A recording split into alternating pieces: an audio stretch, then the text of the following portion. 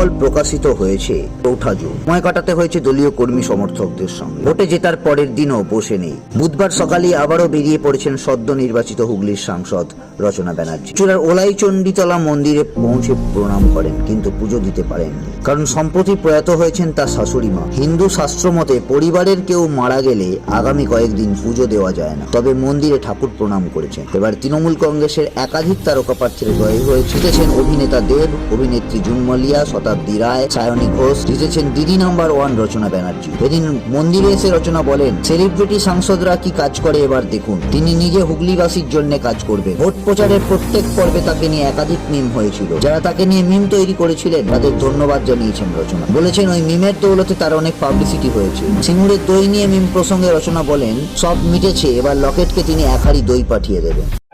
একদম নতুন দিন, হুগলি পেল দিদি নাম্বার 1 থেকে হুগলি নাম্বার 1।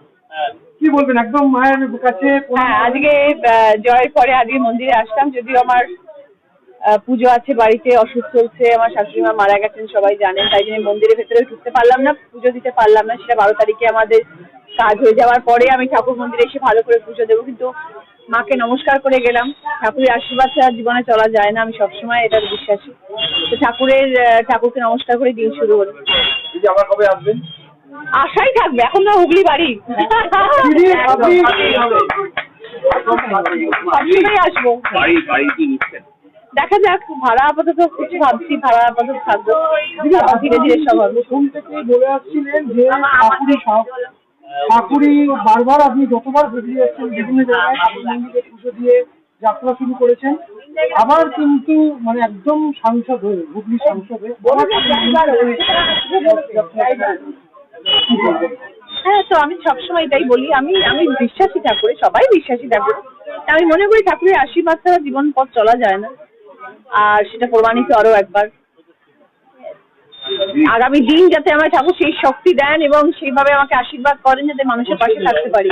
কিভাবে কাজ করবেন বা কিভাবে হবে বিভিন্ন বিধানসভা অনেকটা কাজ, অনেকটা বড় কাজ, প্ল্যানিং করতে হবে, সবকিছু প্ল্যান করে মানুষের কি প্রয়োজন সেই হিসেবে কাজ এগোতে হবে। দিদির সাথে আলোচনা করতে হবে, অভিষেকের সাথে আলোচনা করতে হবে, সবকিছু করে প্রায়োরিটি যেটা দরকার, একদম মানুষের কোনটা আগে প্রয়োজন। এক একটা জায়গায় এক একটা মানুষের এক এক রকম প্রয়োজনীয়তা থাকতে পারে, অসুবিধা থাকতে পারে। যেই জায়গায় যেরকম কাজের প্রয়োজন সেইভাবে আমরা কাজ নিয়ে এগোবো এবং সেভাবে কাজ নিয়ে ভাববো। ইন্দ্রজিৎ বলেছিলেন যে ওনার 4টে অফিস, সেই অফিসই রচনা বন্দ্যোপাধ্যায়ের অফিস। হ্যাঁ, ভালো, এটা ওনার বরাপ্পা নাই বলবো, ওনার মন বড়, তাই উনি ওনার অফিসটা আমার দিয়ে দিয়ে যাচ্ছেন। খুব ভালো, আমি ওনার অফিসেই তাহলে বসবো, তাহলে আমার জন্য করে আলাদা করে অফিস করতে হবে না। প্রথম দিন একটা তো চাপানোতে থাকবে মনের মধ্যে, সংসদে যাবো প্রথম। একদম নিশ্চয়ই, আমার এখনই মানে ভয়, আমি সিটিয়ে আছি, কি হবে আমি নিজেই জানি না।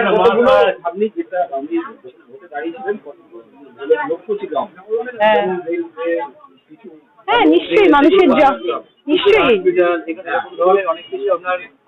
আমি শুধু ভাবলে হবে না, মানুষের যেটা প্রয়োজন সেটা আগে দেখতে হবে। সবার আগে মানুষের সাথে বসতে হবে, যেসব কার্যালয় থাকবে সেই কার্যালয়ে গিয়ে অফিসে বসতে হবে। এরকম নয় যে রচনা বন্দ্যোপাধ্যায় বলে মানুষ আমার কাছে পৌঁছতে পারবেন না। মানুষ আমাকে ভোট দিয়ে জিতিয়েছেন, মানুষ যাতে আমার কাছে পৌঁছতে পারে সেটা আমার প্রথম কাজ হবে, যাতে মানুষ আমার কাছে আসতে পারে এবং তারা আমাকে যদি বলে যে আমাদের এই জিনিসগুলো দরকার, তখন সেইটা নিয়ে কাজ করতে হবে। আমি নিজে ভেবে নিলাম যে আমি এই কাজটা করবো, তাহলে তো হবে না। আমাকে যখন 2000 মানুষ বলবে যে আমাদের অ্যাকচুয়ালি এইটা প্রবলেম, তখন আমি সেই কাজটা নিয়ে দিদির সাথে কথা বলি এবং সেই কাজটা নিয়ে কাজ এগোবো। তো সেটা দিন আগে কার্যালয়ে বসতে হবে এবং মানুষদেরকে ডেকে মানুষের সাথে কথা বলতে হবে।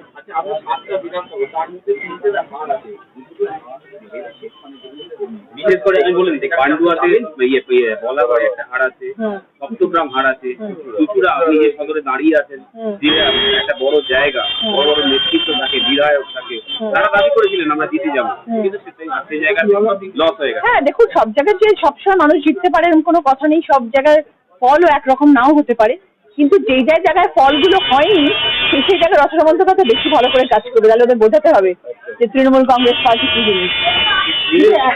পান্ডুয়া গোষ্ঠীদ্বন্দ্বে ভরপুর, কিন্তু পান্ডুয়া ভালো লিড দিয়েছে। হ্যাঁ, একদমই তাই। ভাবো, আমি তো সেটাই বলেছিলাম যে পান্ডুয়াতে এত গোষ্ঠীদ্বন্দ্ব আছে, পান্ডুয়া আজকে এত লিড আমাকে দিয়ে দিল। ঠিক আছে, যারা লিড দিতে পারেনি তার মানে এই নয় আমি তাদের পাশে নেই, তাদের পাশে আমি ঠিক সমানভাবে আছি এবং তারা যাতে 5 বছর পরে সেই ভোটটা যাতে আবার পজিটিভ হয়ে যায় সেই চেষ্টা রচনা বন্দ্যোপাধ্যায় করবে। এর কারণটা কি? লক্ষ্মীর ভান্ডার কোনটা পজিটিভ হওয়াটা? পজিটিভ হওয়াটা শুধু লক্ষ্মী ভান্ডার বলবো না, লক্ষ্মী ভান্ডার নিশ্চিত। আর তাছাড়া দিদির প্রতি মানুষের ভালোবাসা, অগাধ বিশ্বাস অভিষেক বন্দ্যোপাধ্যায় এবং মমতা বন্দ্যোপাধ্যায়ের উপরে, এবং মানুষ উন্নয়নে বিশ্বাসী, এবং মানুষ জানে যে একমাত্র দিদি উন্নয়ন করতে পারে। পদ্ম ফুল খালি ভাঙা উপরে চিৎকার করলে তার উন্নয়ন হয়ে যাবে না, কাজ করে দেখা যায়। দিদি গ্যারেন্টি, অত কথা বলেন না গ্যারেন্টি নিয়ে, দিদি যেটা বলেন দিদি সেটা কাজ করে দেখান, সেটা মানুষ বুঝতে পেরেছে। সাধারণ মানুষ দেখছেন, দৈনন্দিন খবরের কাগজ পড়ছেন, দিদির কাজ দেখছেন, দিদির পাশে রয়েছে। যে শুধু রচনা বন্দ্যোপাধ্যায় জিত বলে তো বলবো না, এটা পুরো তৃণমূল কংগ্রেসের একটা অসম্ভব রকমের একটা সোয়াইপ আউট জিত পুরো পশ্চিমবাংলার মধ্যে, মানে অসম্ভব রকমের একটা জিত হয়েছে, অকল্পনীয় একটা জিত হয়েছে, যেটা মানুষ চিন্তা ভাবনার বাইরে ছিল, সেরকম ভাবে জিতে এসছে তৃণমূল। তো এখন আর যারা বিরোধী পক্ষে যারা ছিলেন তারা তো এখন বোধহয় এসি চালিয়ে ঘরে বন্ধ হয়ে ঘুমাচ্ছে না, হারিয়ে গেছে, আর কেউ নেই সামনে। সংখ্যালঘু ভোটটা পুরোপুরি তৃণমূলের থেকে গেছে, সেটা কি কারণ? আবার বললাম ঠাকুর, প্রাক্তন সাংসদের উদ্দেশ্যে কি বার্তা থাকবে? ভালো থাকুন, সুস্থ থাকুন। হারিয়ে যাওয়া সিট পুনরুদ্ধার করলেন আপনি। তিনি জিতেছিলেন ৭৩,০০০ প্লাসে, আপনি জিতেছেন ৭৬,০০০ প্লাসে। আমি দিদিকে কথা দিয়েছিলাম দিদি আপনাকে হুগলি ফেরত দেবো। হ্যাঁ, দিদির সাথে হোয়াটসঅ্যাপে কথা হয়েছে, অভিষেক বন্দ্যোপাধ্যায়ের সাথে ফোনে কথা হয়েছে। উনি বললেন যে আমি তো তোমায় বলেছিলাম তুমি জিতবে। দিদির কনফিডেন্স, মানে আমি এটাই সবসময় বলি যে দিদি যখন আমাকে প্রার্থী করে পাঠালেন, দিদি বললেন যাও জিতে নিয়ে এসো, মানে দিদি কনফিডেন্ট ছিলেন যে আমি জিতে আসবো। তারপরে যখন আমি ফোনে কথা বললাম মাঝে মধ্যে, দিদি হবে তো সব ঠিকঠাক, হবে তো দিদি, পাচ্ছি তো? রচনা তুমি জিতছো। আচ্ছা দিদি, আর কোনো কথাই বাড়ায়নি, কারণ আমি জানি দিদি বলে দিয়েছেন জিতছি মানে আমি জিতছি। এবং জাস্ট সিজ হার কনফিডেন্স। এবং অভিষেক বন্দ্যোপাধ্যায় আমাকে বলে দিয়েছিল রচনা চিন্তা করবে না, দিদি তুমি চিন্তা করো না, দিদি বলেছেন দিদি তুমি চিন্তা করো না, তুমি জিতছো। মানুষের ভালোবাসা আর কিছু নয়। এত অগাধ মানুষ আমাকে ভালোবাসা দিয়েছেন, বিশ্বাস রেখেছেন আমার প্রতি। আমি বরাবর বলে এসেছি যে মানুষ যদি বিশ্বাস রাখেন আমার প্রতি, আমি তাদের পাশে থাকবো। মানুষ বিশ্বাস রেখেছেন, আমি মাথা নত হয়ে গেছি সকলের সামনে, এবার আমার কাজ দেখানোর কাজ। ব্যস্ততা হলে তো সবসময় ব্যস্ত ছিল, এখন আরো বেশি ব্যস্ত হয়ে গেলাম। দিদি নাম্বার 1 না করলে আমাকে হুগলির মানুষ কেটে দেবে, পুরো কেটে ছেড়ে দেবে। দিদি 3 মাসে হুগলিতে এসে কাজের যে অভিজ্ঞতা, সবসময় ব্যস্ত ছিল, এখন আরো বেশি ব্যস্ত হয়ে গেলাম। দিদি নাম্বার 1 না করলে আমাকে হুগলির মানুষ কেটে দেবে, পুরো কেটে ছেড়ে দেবে। দিদি 3 মাসে হুগলিতে এসে কাজের যে অভিজ্ঞতা, এটা কি পরবর্তী সময় কাজে লাগবে? কাজের অভিজ্ঞতা মানে একটা প্রচার করেছি, এখন আমি কাজ করিনি কিছু। মানুষের কাছে করবো, মানুষের কাছে গেছি, মানুষের সঙ্গে দেখা করেছি, বড় হেভিওয়েট নেতাদের সাথে ঘুরেছেন, যে বেঁচেছিল আপনার প্রচারে। একদম। দিদি আমি যেটা বলছি সেটা হচ্ছে এত মিম হয়েছে, ধোঁয়া দই থেকে শুরু করে আপনার হাসি পর্যন্ত, মানুষ তারপরে উপস্থান করে আপনাকে জিতিয়ে আনলো হুগলি থেকে। যারা ভোট দিল তাদের কি বার্তা দেবেন, আর যারা দিল না আপনাকে ভোট, তাদের কি বার্তা? যারা ভোট দিলেন তাদের কাছে আমি চিরকৃতজ্ঞ, আর যারা ভোট দিলেন না তারা 5 বছর পরে আবার ভোট দেবেন। তাহলে কি আপনার মিমটাই কি হুগলিবাসী ওটাই হিট করলো, হুগলি নাম্বার 1 করে? হয়তো তাই না, হিট করেছে কিনা জানি না, কিন্তু অনেক বেশি পাবলিসিটি করে দিয়েছে, সেই জন্য ধন্যবাদ যারা এই মিমটা করেছিলেন। বলছি যে এই সিঙ্গুরের শিল্প বা অন্য জায়গায় হুগলিতে শিল্প কর্মসংস্থান একটা বড় সমস্যা। নিশ্চয়ই সমস্যা নিয়ে আলোচনা করা হবে। দিদি আছেন, দিদি নিশ্চয়ই দিদি এতদিন করতে পারেননি হয়তো কিছু, কারণ দিদির কোনো লোক এখানে ছিলেন না, এখন দিদির মানুষ চলে এসছে এখানে, নিশ্চয়ই কাজ হবে, নিশ্চয়ই কাজ হবে। দিদি প্রথম দিন সিঙ্গুর থেকে যাত্রা শুরু, একদম মায়ের ওই মন্দির লকেট ক্যাঙ্ক হারিয়ে দই পাচ্ছে দেবে। দিদি একদম যেটা সিঙ্গুর থেকে যাত্রা শুরু করেছিলেন ঢাকাতে কালীবাড়ি থেকে, আর সেই আবার এক মায়ের মন্দিরে যাত্রা শেষ করে প্রণাম করে যাত্রা পথ নতুন দিল্লি মানুষের কাছে কি?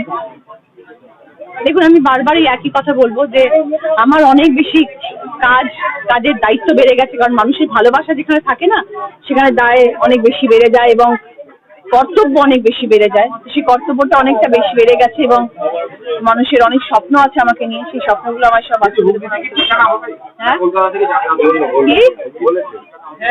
হ্যাঁ, অফকোর্স, হুগলি যেখানে আমি রাস্তা ঘুরবো নাকি? ঝুমঝুম ব্যানার্জি থেকে রচনা ব্যানার্জি, তারপর দিদি নাম্বার 1, আজ সাংসদ। এবার বায়োগ্রাফি করাতে হবে। জার্নিটার মধ্যে মমতা ব্যানার্জি যতগুলো সেলিব্রিটি পুরোটাই জিতে গেছে।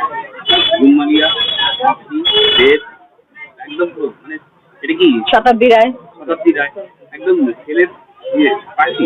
সেলেব প্রার্থী, দিদির সব সেলেব প্রার্থী, এবং এই সেলেব প্রার্থীরাই দেখিয়ে দেবে যে পশ্চিমবাংলায় উন্নয়ন কিভাবে হয়।